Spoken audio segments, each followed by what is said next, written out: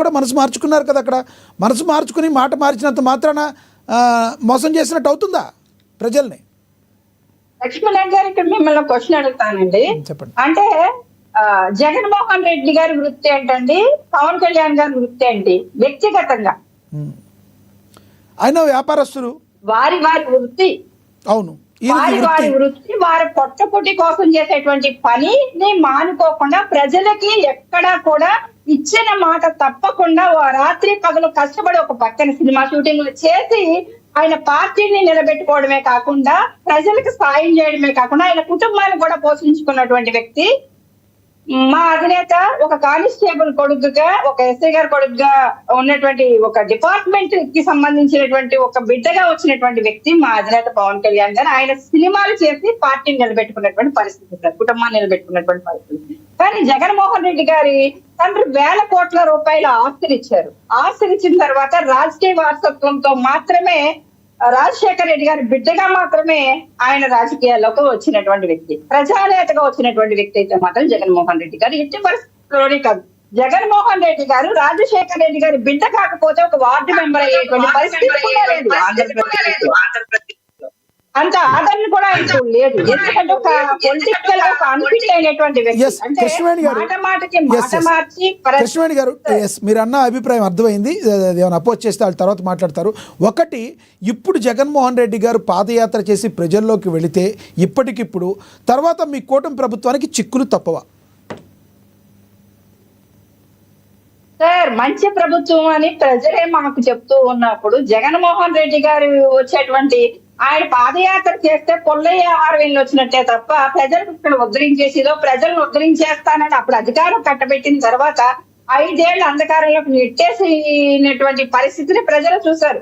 అదే మాటలు ఇవాళ నమ్మేటువంటి పరిస్థితి ఎక్కడా లేదు. ఆ రోజు మాజీ ముఖ్యమంత్రి గారి కొడుకుగా కావచ్చు, ఆయన మీద ఉన్నటువంటి సానుభూతి కావచ్చు, ఆ రోజు ఆయనకి అన్ని సీట్లు ఇచ్చి రాజకీయంగా నిలబెట్టడానికి కానీ, ఒక మళ్ళీ సీఎం గా గెలవడానికి కానీ ఆయనకి అవకాశాన్ని ఇచ్చారు ఆ రోజు ప్రజలు. కానీ 5 ఏళ్లు ఆంధ్రప్రదేశ్ కి రాజధాని కూడా లేకుండా అంధకారంలోకి నెట్టేసినటువంటి గనుడు ఎవరైనా ఉన్నారు అంటే అది జగన్మోహన్ రెడ్డి గారు. హెలికాప్టర్లు వేసుకొని జరగడం, లేకపోతే పరదాలు కట్టుకొని జరగడం తప్ప ప్రజల మధ్య తిరిగి ఓటు బ్యాంక్ సంపాదించుకుని ప్రజల్లోంచి వచ్చినటువంటి వ్యక్తిగా అధికారం వచ్చిన తర్వాత కూడా ప్రజల్లో తిరిగి ప్రజా సమస్యలు తీర్చుంటే కనుక ప్రజలు నమ్మేవాళ్ళు సార్. ఇవాళ నమ్మేటువంటి పరిస్థితి ఎక్కడా లేదు. ఇక్కడ చెప్తున్నారు చాలా మంది పెద్ద పెద్ద నేతలు అయితే పార్టీలోంచి వీడి వెళ్ళిపోయి ఉండకపోవచ్చు. అది ఎందుకనేది ముఖ్యమంత్రి చంద్రబాబు గారు కూడా, కృష్ణవేణి గారు, మీ ముఖ్యమంత్రి చంద్రబాబు గారు, డిప్యూటీ సీఎం పవన్ కళ్యాణ్ గారు కూడా ఎన్నో హామీలు ఇచ్చారు. వచ్చిన తర్వాత పరిస్థితి చాలా దారుణంగా ఉంది. అసలు ఎన్ని కూడా చేయగలమా అనే స్థితిలో ఉన్నామని కూడా పవర్ పాయింట్ ప్రెజెంటేషన్లో మాట్లాడిన పరిస్థితి మనం చూసాం. అంటే ఒకసారి అనుకున్నవి తర్వాత ఒక్కొక్కసారి జరగకపోవడం అనేది జగన్మోహన్ రెడ్డి గారైనా జరుగుద్ది, పవన్ కళ్యాణ్ గారైనా జరుగుద్ది, చంద్రబాబు గారైనా జరుగుద్ది. ప్రజలు ఇవన్నీ గమనిస్తారు కాదంటారా?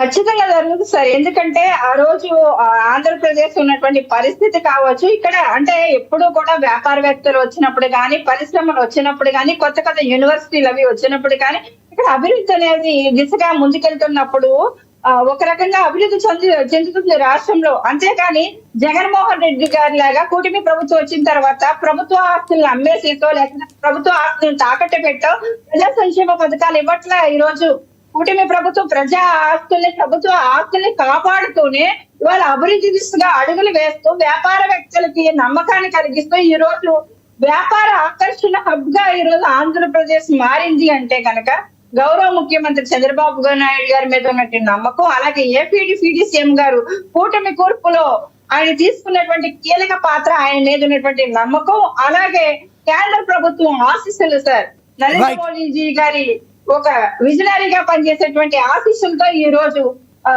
పథకాలు ఇవ్వడం జరుగుతుంది తప్ప ఇక్కడ పథకాలు ఇంత అంటే ఇలాంటి పరిస్థితుల్లో కూడా కూటమి ప్రభుత్వం ప్రజలకు ఇచ్చినటువంటి పథకాల గురించి చెప్తారు. ఆ రోజు అమ్మ ఒడని ఒక బిడ్డకు మాత్రమే ఇస్తే ఇవాళ తల్లికి వందనం ఇంట్లో ఎంత అయ్యన్న పాత్రుడు ఒకటి చెప్పండి. సమయం తక్కువ ఉంది, అందరూ క్లోజ్ చేద్దరు. కానీ తర్వాత అయ్యన్న పాత్రుడు ఏవైతే స్పీకర్ గారు ఉన్నారో, స్పీకర్ గారు అయ్యన్న పాత్రుడు ఎవరైతే అసెంబ్లీకి ఎమ్మెల్యేలు వస్తారో ప్రజాప్రతినిధులు వాళ్ళకే పేమెంట్ జీతాలు బత్యాలు వెళ్ళేటట్టు ఉండాలి, నో వర్క్ నో పే అనే విధానాన్ని మీరు సమర్థిస్తారా? సార్ ఎప్పుడైనా సరే కానీ ప్రజలు గెలిపించి అసెంబ్లీకి పంపించిన తర్వాత అక్కడ ప్రజలకి పని చేయాలి. ఎందుకంటే ప్రజలు ఆయా నియోజకవర్గాల్లో వాళ్ళ మీద ఎంత నమ్మకం లేకపోతే ఇంత టఫ్ కాంపిటీషన్ లో కూడా వాళ్ళకి గెలిపించినప్పుడు కనీసం ఆ నియోజకవర్గంలో ఉన్నటువంటి ప్రజా సమస్యలు తీర్చకుండా ఆ ప్రజలు పట్టించుకోకుండా వదిలేసేసి ఇలాగే ఆ అసెంబ్లీకి రాకుండా ఉంటే ఇప్పుడు అసెంబ్లీకి వస్తేనే కాదు, కేఎస్ ప్రసాద్ గారు అన్నారు ఇందాక, కృష్ణవేణి గారు అన్నారు, కేఎస్ ప్రసాద్ గారు ఏవైతే ఉల్లి రైతుల సమస్యలు కావచ్చు, విద్యుత్ ఛార్జీల పెంపు గురించి కావచ్చు, ప్రజల దగ్గరికి వెళ్ళి మరి ప్రభుత్వం చేస్తున్న విధి విధానాలను ఎండగడుతూ ఎప్పుడు కూడా ప్రజలకు దగ్గరగానే ఉన్నారు కదా, అసెంబ్లీకి వెళ్ళినా వెళ్ళకపోయినా జగన్మోహన్ రెడ్డి గారు ప్రజలకు దగ్గరగానే ఉన్నారని ప్రసాద్ గారు లాంటి వాళ్ళు అంటున్నారు, కాదంటారా మీరు? సార్ మీరు గమనించండి, మీడియా సోదరులు కూడా గమనించండి, ఆయన ప్రజా సమస్యల మీద పోరాటం చేసి ప్రజల్లోకి వెళ్తున్నారా, ప్రెస్ మీట్లకు వెళ్తున్నారా? ప్రెస్ మీట్ లో ప్రశ్నించడానికి మాత్రమే వీకెండ్ పొలిటీషియన్ లాగా జగన్మోహన్ రెడ్డి గారు వస్తున్నారు అంతే తప్ప ప్రతి రోజు కూడా ప్రజా సమస్యలు ఉంటాయి. ఉన్నప్పుడు ప్రతి రోజు కూడా ముళ్ళ కంచెలు వేసినా సరే కానీ దాటుకుని వ్యక్తులు మాత్రమే పొలిటికల్ గా ఫిట్ అవుతారు సార్. ఎస్ కృష్ణవేణి గారు, ఓకే రైట్. ఎస్ ఎస్ మళ్ళీ మాట్లాడతారు.